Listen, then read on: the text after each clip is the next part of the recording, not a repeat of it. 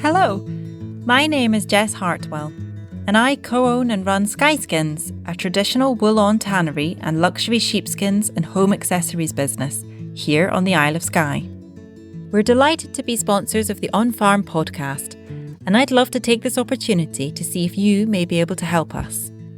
Here at Skyskins, we are proud of our tread lightly ethos, and we take the utmost care of the environment throughout every stage of our sheepskin tanning and sales journey. In line with this ethos, we are looking for crofters, breeders and farmers who breed native, rare or heritage breed sheep to supply us with raw skins for our tannery. It means that we can then handcraft fully traceable sheepskins, as well as support producers by putting value back into the sheep farming process. To find out more about joining our supplier network, visit our website, skyskins.co.uk, or give us a call on 01470 592 237. And of course, you can also browse and shop our sheepskins and accessories, which make beautiful gifts for your home, weddings, birthdays and more at skyskins.co.uk.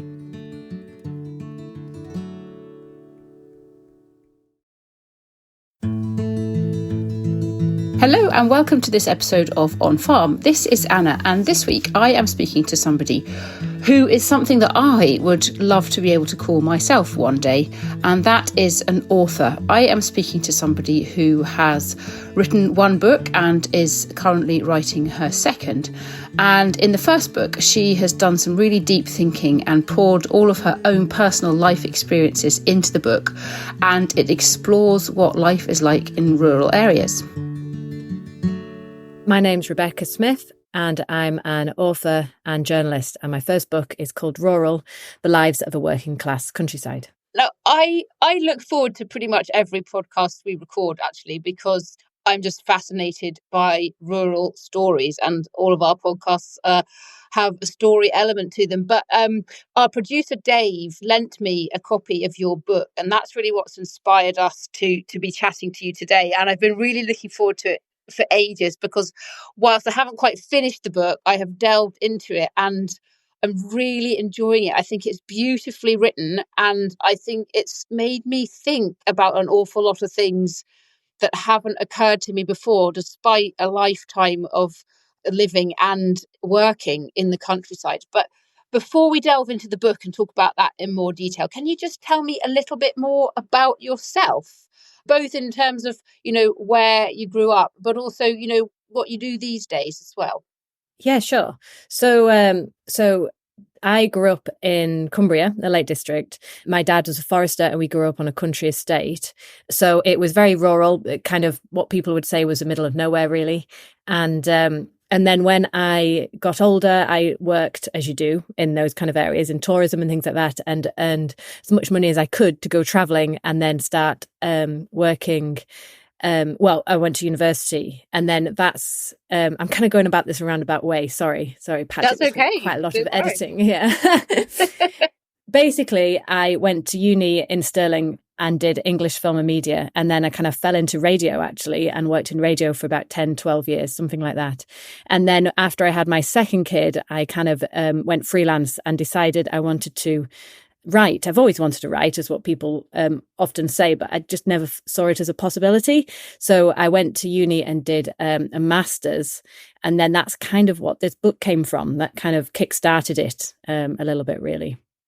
I see, because I often wonder, and I love talking to authors, because I've always wanted to write a book and not yet got round to it. So I love hearing about people's journeys and how they got to that point. So what was the master's in? Was it in creative writing or something along those lines?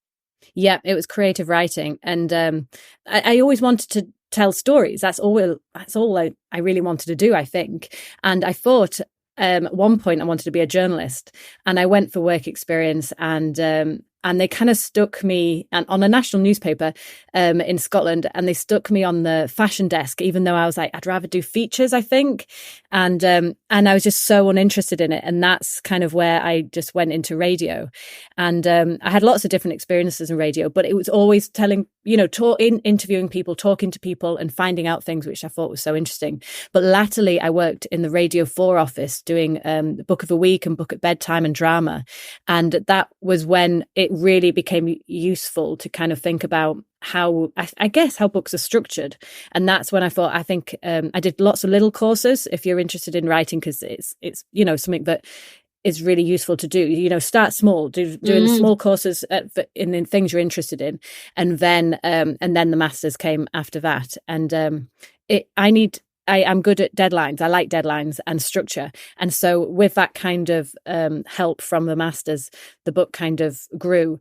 And now I'm working or trying to work on my next book because I don't have anything like a master's or anything structured like that. It's much harder to focus on it and find the time. And because there's lots of other things going on. But yeah.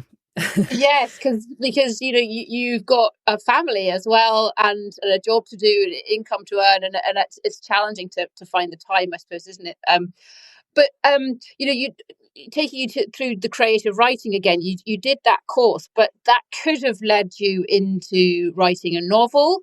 It could have led you in a whole bunch of different directions. But what was it that drew you back to writing about the working countryside and reflecting on your own experiences? What was it that kind of made you want to do that? It was, when I started writing fiction because I think a lot of people just naturally do. And I thought, I read obviously a lot of fiction. I also read nonfiction.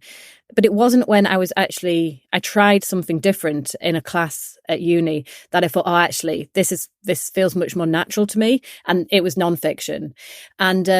And so, but whenever I was writing fiction, I would always write a story that was based in the place I grew up, in the estate, in the land I grew up on. And I thought, well, let's explore that in nonfiction then. Then it kind of all just kind of collided. And there were a few things else that happened at that time. There was a real push for more working class voices. And whenever I read any of the stories, I thought, well, I don't recognize this. It was mainly just urban working class voices, stories about being in the city, in towns and things like that. And I used to think, well, I think we were working class. I'm not quite sure. And so that, I wanted to explore that a little bit more. And the last thing was housing. I grew up in tied housing when the house comes with a job. This was quite a normal thing in rural areas. You basically don't have an opportunity to live in these rural areas unless you had a tied house a lot of the time. And as I said, my dad was a forester, but we lived on the country estate. And so the estate provided the housing. And this was great because it meant we could live in this amazing place, but it was also really precarious, a sugarly peg, as I like the Scottish say, because it meant if you lost a job, you lost a house as well. And sometimes in the old days, that would mean within a week or so, or less than that, a few days. Yeah. And so, and I'd never read anything about tied housing, not properly before, not in book form, in magazine or anything like that, or certainly not in TV. And so I wanted to explore that much more. And it was only when my partner walked past the table one day when I was writing, and he said, well, didn't coal miners live in tied housing? And I thought, oh, yeah. And then you expand it out to farmers and coal mining and slate mining and dam building. And it was just luck.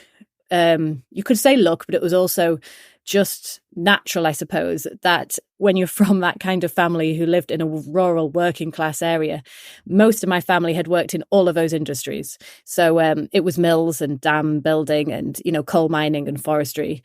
And so it just made sense to write about all of those different ones in one big project. Wow. And you certainly have. I mean, as you say, that the book covers housing, but it covers jobs and industry and the land, and you touch on class, and you touch on the slave trade, and tourism is a big part of this as well. Family and community. I mean, it's so broad ranging, but I think you're so right. I think when you think back, the thoughts that your book inspired in me were thinking back to reading novels at school, reading Jane Austen and those types of novels. That gives you very much one skewed version of the countryside. And then I thought I jumped forward to modern day, and I thought of my Instagram addiction. And I thought that's doing the same thing. All visions that are thrust at me from Instagram to do with the countryside, either soapbox cottages that are perfect in every way, or beautiful mansions, and it's all about material wealth somehow. Instagram these days, and yet what's been missing throughout that whole history is a clearer description and understanding of exactly what you've written about, which is the lives of the working class. And as you say, it's not something that's seen. If there's a documentary about child poverty, for example, it's always focusing on inner city areas. And this is just such a big missing piece, I think. And I think that's why I've enjoyed it so much, because it's incredibly thought-provoking. But it'd be great to touch on a few of the elements that you've talked about in the book. Your child, the way you describe your childhood, it sounds like completely idyllic, and playing in playhouse, and climbing out of the window to go and ride your bike. But as you say, it was also, whether or not you were acutely aware of it at the time, it was also precarious, and for your parents that must have been challenging, I think, to feel as though there was that kind of precarious nature to the way that you were living, gorgeous as it was. So yeah, tell me a bit more about that, and how that kind of influenced you, I suppose, in terms of your adulthood.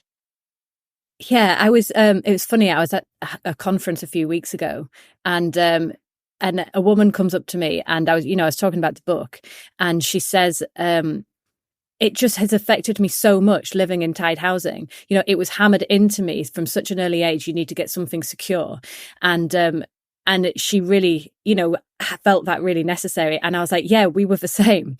It was idyllic. You're right. It was completely idyllic for us growing up, and we didn't know that though. Being kids, you just enjoy what you've got, and make do with what you've got. But for Mum especially, she was very much worried about what the future would lie for all of us, really. But for us, we had no idea about that. We just had the lake and the woods, and we just enjoyed all the time we had outside. And I really appreciate that Mum and Dad were able to do that, that they were brave enough to take that opportunity, because now I could live, we could move to an estate and live in a tied house and things like that. And the wage wouldn't be very good. The job would be really interesting, although I'm not trained for anything like that, and neither is my partner. But, it feels like you're not securing your future at all, because you don't have anything, you're not putting money aside or anything like that, because you don't have that much. And so it's a really precarious way of living, but it's also a gift to give to the children. And, because it's such a wonderful way to grow up. One thing I didn't want to do with the book, and I was very aware of this, because everything is romanticized in rural areas. Like you say, on Instagram and in books and things like that. And, nature writing as well, I think romanticizes an awful lot.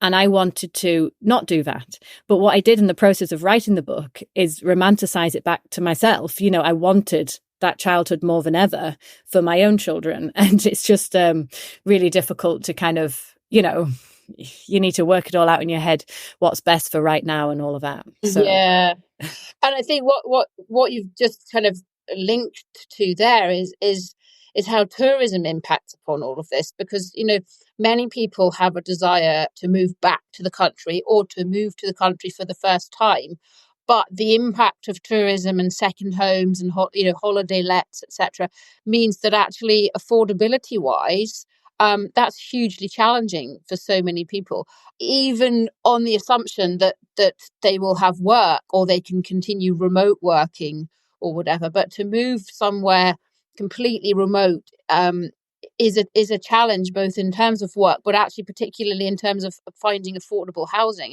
And I suspect that's just got worse since your childhood. Yeah, it's much worse since I was little. And, the village I grew up in has changed so much, and we go back when we can. My mum still works in the village, so she knows it really well. But, she said to me last summer, it's just like Disneyland now, because people, all the trucks and the buses of people will come, and And there's hardly any proper pubs left anymore. So there's no locals. There's nowhere to go and hang out with locals. And it's mainly down to the housing. There's so many second homes and Airbnbs now. And the other thing I really want to do with the book was not, demonize anything. Say this is really bad and this is good. It's so much more nuanced than that. And without tourism, I wouldn't have been able to afford to do anything when I was little. I worked at 13, and that's how we were able to afford to, go on holiday, really, buy the clothes I wanted to buy the clothes, because I worked in the coffee shops and the ice cream shops, in the gift shops, and then in the pubs later. And so we need tourism, but there's a balance. And in a lot of places in the UK, in Cornwall especially, as we all know, in the Highlands, in Wales, that balance has been tipped. And there's too many people who just think, oh, I want a slice of that life. And it's kind of destroying, the very life that they set out to enjoy. The more I've spoken about the book around the country, the more you realise how there are things that people are doing to try and combat this. The council tax for second homes are going up in lots of areas. We have the local occupancy clause in the Lake District. In Scotland, it's different because there are community buyouts which can sell houses but have clauses in them which say only if you are willing to actually live here and, contribute to the community and go to the local primary school and things like that. You have to be part of the community to buy this house, which is fair enough. So, yes, there are solutions. And when I was at that conference a few weeks ago, there are definitely solutions and things are happening. It's just sad that it's kind of got to this stage. And it's sad, really. It is because, I was actually speaking to a relative of mine just the other day who lives on Skye, and their local school is about to close because it just doesn't have a big enough role. So Highlands and Islands Council have given it's had a stay of execution once, and then it's not able to have another one, and that's because they are still resident there. But so many of the houses in the area are used as tourism accommodation, and now, as you say, it's got to the point where even if that tourism accommodation stopped tomorrow, the value of the houses is such that local residents wouldn't be able to probably afford them anyway in many cases. So there's this. That's what's so fascinating about the book. You talk about the impact on community and who's around to run the jumble sale at the playgroup, and how do you keep these things going? And yet, strangely, that's not putting people off. People still have this huge desire, sped up, I think, by COVID and lockdown, to move to these rural areas wherever they possibly can. Do you think that's just a symptom of wanting to escape the rat race, or do you think it's because actually the rural areas are so appealing that some of the downsides can be pushed aside and forgotten? The social housing on some of the Highlands and Islands, the waiting list is mad. And not just for social housing, just for any kind of affordable housing. I've been speaking to a lot of people on Mull and those kind of islands. They say that, we need so many more houses built for people to come and, live and work here. And I think because people can work from home a lot more now, then, it is easier to live in rural areas a lot of the time, but you still have a lot of issue with transport. And it's just, getting anywhere, getting to the hospital or getting your kids to school or anything like that. And there's still a lot of issues, and it takes a certain type of person to live so far flung as such. And the costs are so great as well. In many rural areas, you can't physically live there without a car. We all know the impact that the cost of fuel has. Everything becomes more expensive, doesn't it, somehow? Even if you want to get a parcel delivered, usually the postage is either impossible or twice the price to get something delivered if you live in a rural area. And again, that's just adding to the impossibility, I think, for many people to live that dream because of the costings. Mm-hmm. And then you've got just timings as well. If you've got an appointment somewhere and it's an hour away, everything takes a lot longer. But I suppose you just it's just taking the rough with the smooth, isn't it? When I've got a friend who lives up in Wick, so it's a long, long way away, and he brought a whole bus full of school children down to my Edinburgh Festival event because he said it was so important for them to hear about it, and they kind of wanted to meet, an author and things as well, which is very nice of him. But I remember saying, but it's miles away for you. It's like 3 or 4. No, it's more than that. I think it was 4 or 5 hours. And he's like, no, it's fine. They're used to it. And it's just something that you get used to. You travel long distances. And, my kids at the moment moan about going half an hour to drop their kid, their brother off somewhere at football or something like that. And but when we were growing up, it was just part of it. And you learn to kind of love the not just the quiet, but the time that being in the car kind of gives you. And yeah, it's great if we can have bus routes and things like that. But where we were growing up, there was absolutely no possibility of a bus going past our house at all. And in most rural areas, you can't. And I know they're campaigning for that a bit more. But yeah, it's just like anything else, isn't it? There are a lot of things that would make life a lot easier. But even if you did have a bus route going past, it wouldn't coincide with when you need to get the kids to school or, the hospital appointment or something like that. So Yeah.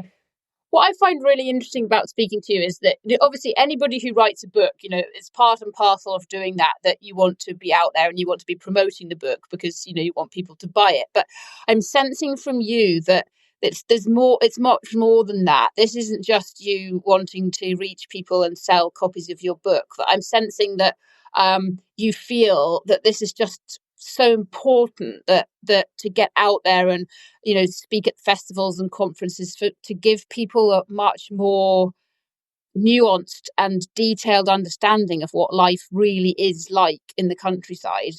Would you say that's fair? And if so, what is it, do you think, that's driving you as far as that's concerned? It's a good question, which I've not been asked before. I'm not sure really, but yeah, I think that probably is fair. My publicist certainly said I've done more publicity than any of her other authors, which is, I hope, is a good thing. And I hope it reflects. Yeah, I hope it reflects in the sales as well, because it is important, because you do want to, you need to sell books to make a living.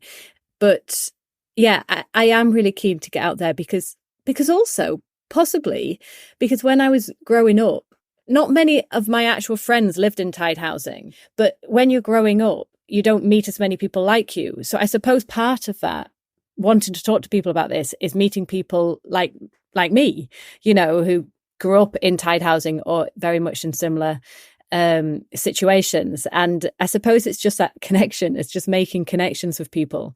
And I've always enjoyed doing that. Yeah, I think I just sense such a pattern and feel similarly, just in terms of the very reason that we created this podcast in the first place was because we wanted to get real stories out there to people, and yours is such a real story, and I sense a passion beyond just book sales for you to actually get more people to understand that. Talk to me a bit about that whole kind of class ambiguity thing that you talk about in the book.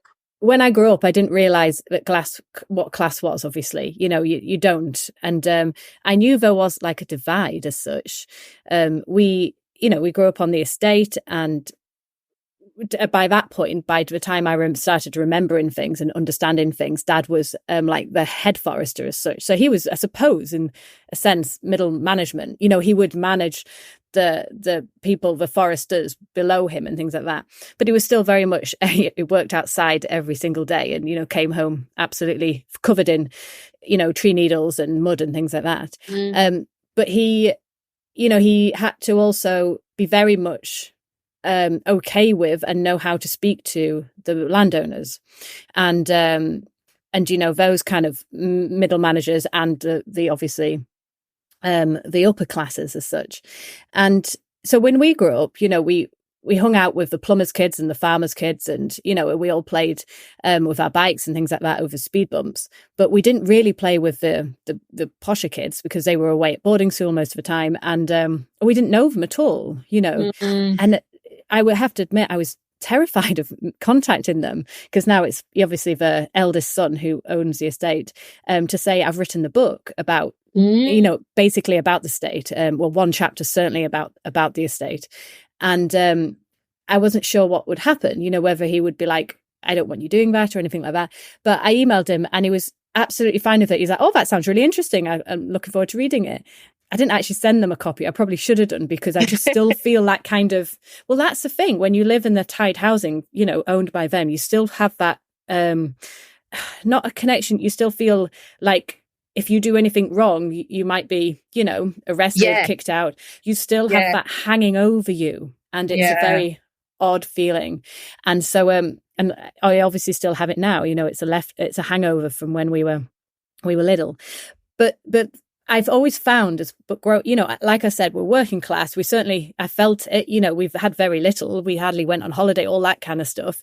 The house was pretty, it was old and damp and all that kind of stuff. But because it was also in a very beautiful area, when you told people about where you were from, they they thought you had money. Like, oh, you had a treehouse. Oh, you had nice things, basically. And I was like, well, we don't have money or anything. We don't have generational money. Or, I had to work since I was 13. It's something I could explore much more, but it's still something I'm kind of musing over as such, because I don't really know. Well, and it's so individual as well. Everybody has such completely different experiences of it. I know when I was a child, I was lucky enough to have a pony, and that creates certain perceptions amongst people. If you have a pony, you must be posh. Well, yes, a lot of posh people have ponies, but it doesn't necessarily mean that if you've got one, you're posh.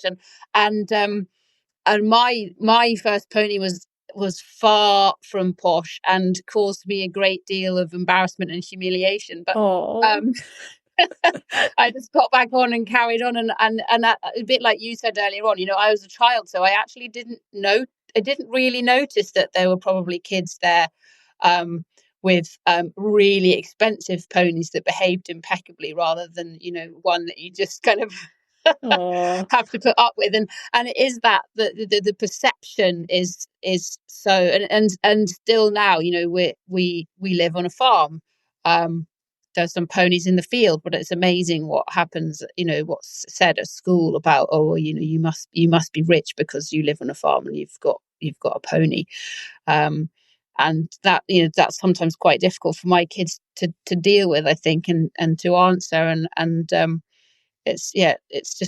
me, it's just so thought provoking. And but I'm really interested in you mentioned you're an author and a journalist, in your perception of the media, because I grapple with it every day in terms of farming specifically, and a lot of it kind of connects in some ways to your book. That again, the assumption in urban areas that all farmers are wealthy, all farmers drive around in brand new 4x4s, etc., etc. They all live in enormous houses. Well, yes, of course there are some, but that as an overarching perception is so incredibly wrong.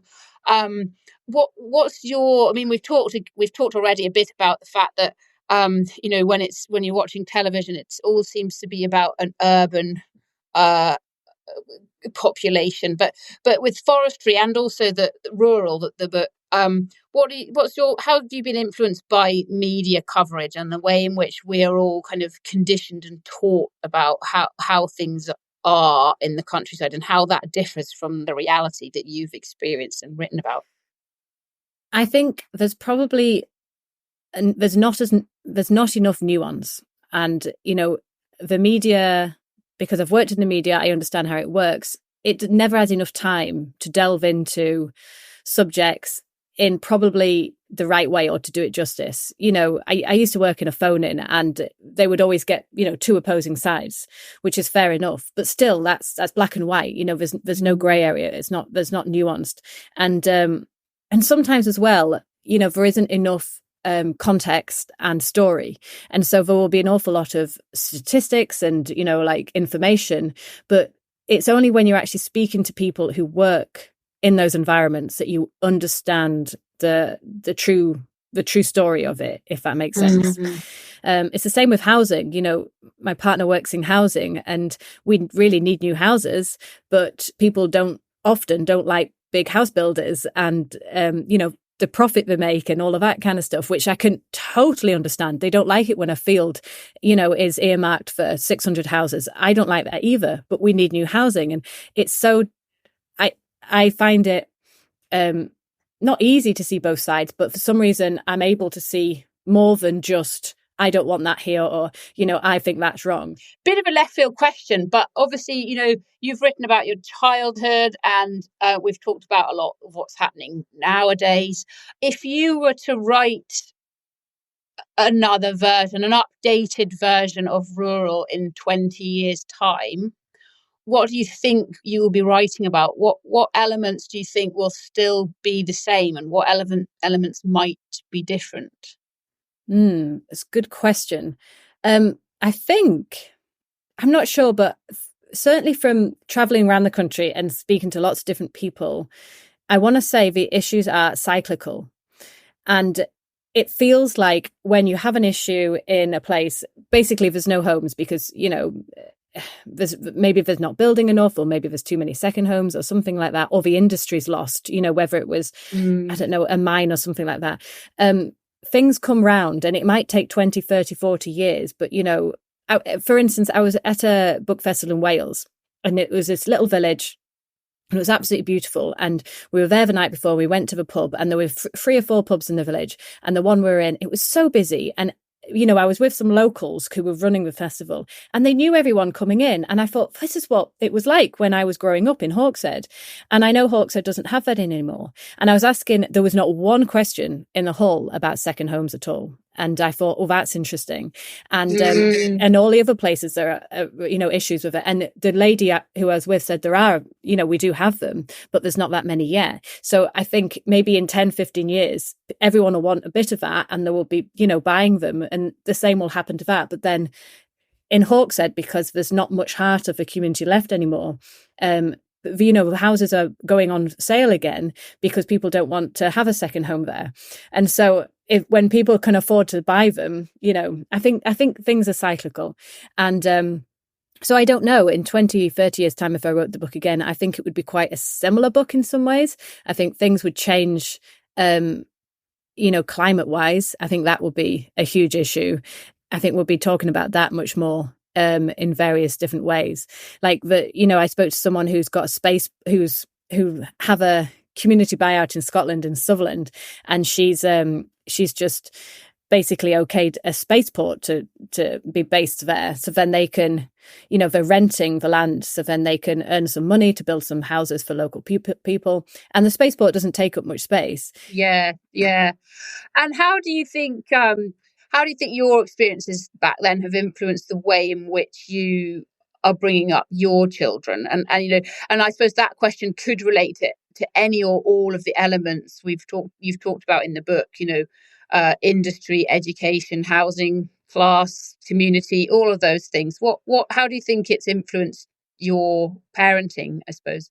Yeah, I think my background has definitely influenced my parenting, because I always try and get outside with them, because I can't stay inside anyway. I'm not very good at staying inside for very long. And so I'm always like dragging them out to the woods and things like that. And it's easier said than done, especially with 3 of them, especially when the little one's only 2. And, it takes forever to get him out anyway. But writing the book when I was pregnant, because I wrote half of it when I was pregnant, and I guess the other half when he was just very little, which wasn't planned, by the way. It was just like one of those, okay, I'd better just get on with this kind of thing. Because if you don't do it now, you might never do it. Exactly. I knew as soon as he was walking, that's it. I'm buggered. And I am, because I don't have any time now. But yeah, it showed it. It made me see the past and the present much more, very differently. Being pregnant as a woman in those areas, and looking back to like my great grandma, who was, had 15 children and 5 of whom died. And it really changed the way you saw your own children and opportunities and situation and things like that. So I thought, what am I doing here? But actually, in some ways, it was a bit of a gift to be able to write it at that point, I think. Give you a really deep understanding, certainly. Yeah. In general, when you're out and about all these places, are you pleased with how it's been received and delighted at sales? Yeah, I am. Yes, I am very pleased. I actually can't believe you forget. It's very easy to forget you've done it, until you go to an event or a bookshop and you're like, oh, it's there. Or someone emails you, or contacts you on Instagram and says, oh my God, I loved the book. And, it's so weird because you think, it's just, you forget that it's out there and that information's out there. And my poor brother as well, it's quite a lot about him. And, now he's got people coming up to him saying, oh, I've read this book and I think it's you. It's weird for my family, but it's nice that people connect with it in the nicest of ways, in the best ways. Yeah. Oh, that's lovely. And so the important bit, where can people buy it? All of the usual places? All of the usual places, but independent bookshops are always the best, the nicest way to get it first, because they're usually local and they usually know what we're talking about as well. And you can definitely order it from them and they can get it if they've not got it in stock. So Rebecca Smith, author of Rural, The Lives of the Working Class Countryside. Thank you. It's been a wonderful chat, an informal chat, and I've learned so much, and you've inspired me to get my pen out and start writing. So thank you so much for sparing us your time. Thank you very much. It was lovely to be on the programme.